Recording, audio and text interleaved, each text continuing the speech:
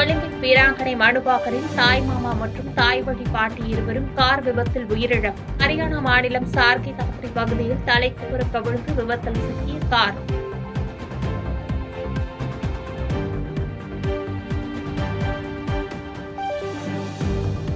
கோவாவில் பாராகிளைடிங் சென்ற புனேவை சேர்ந்த 27 வயது பெண் பயணி ஷிவானி டபேலும் அவருடன் சென்ற நேபாளை சேர்ந்த சமால் நேபாளி என்ற பயிற்றுவிப்பாளரும் கயிறு அறுந்து பள்ளத்தாக்கில் விழுந்து உயிரிழப்பு. சட்டவிரோதமாக இயங்கி வந்த பாராகிளைடிங் சாகச நிறுவனத்தின் மீது போலீசார் வழக்கு பதிவு செய்து விசாரணை.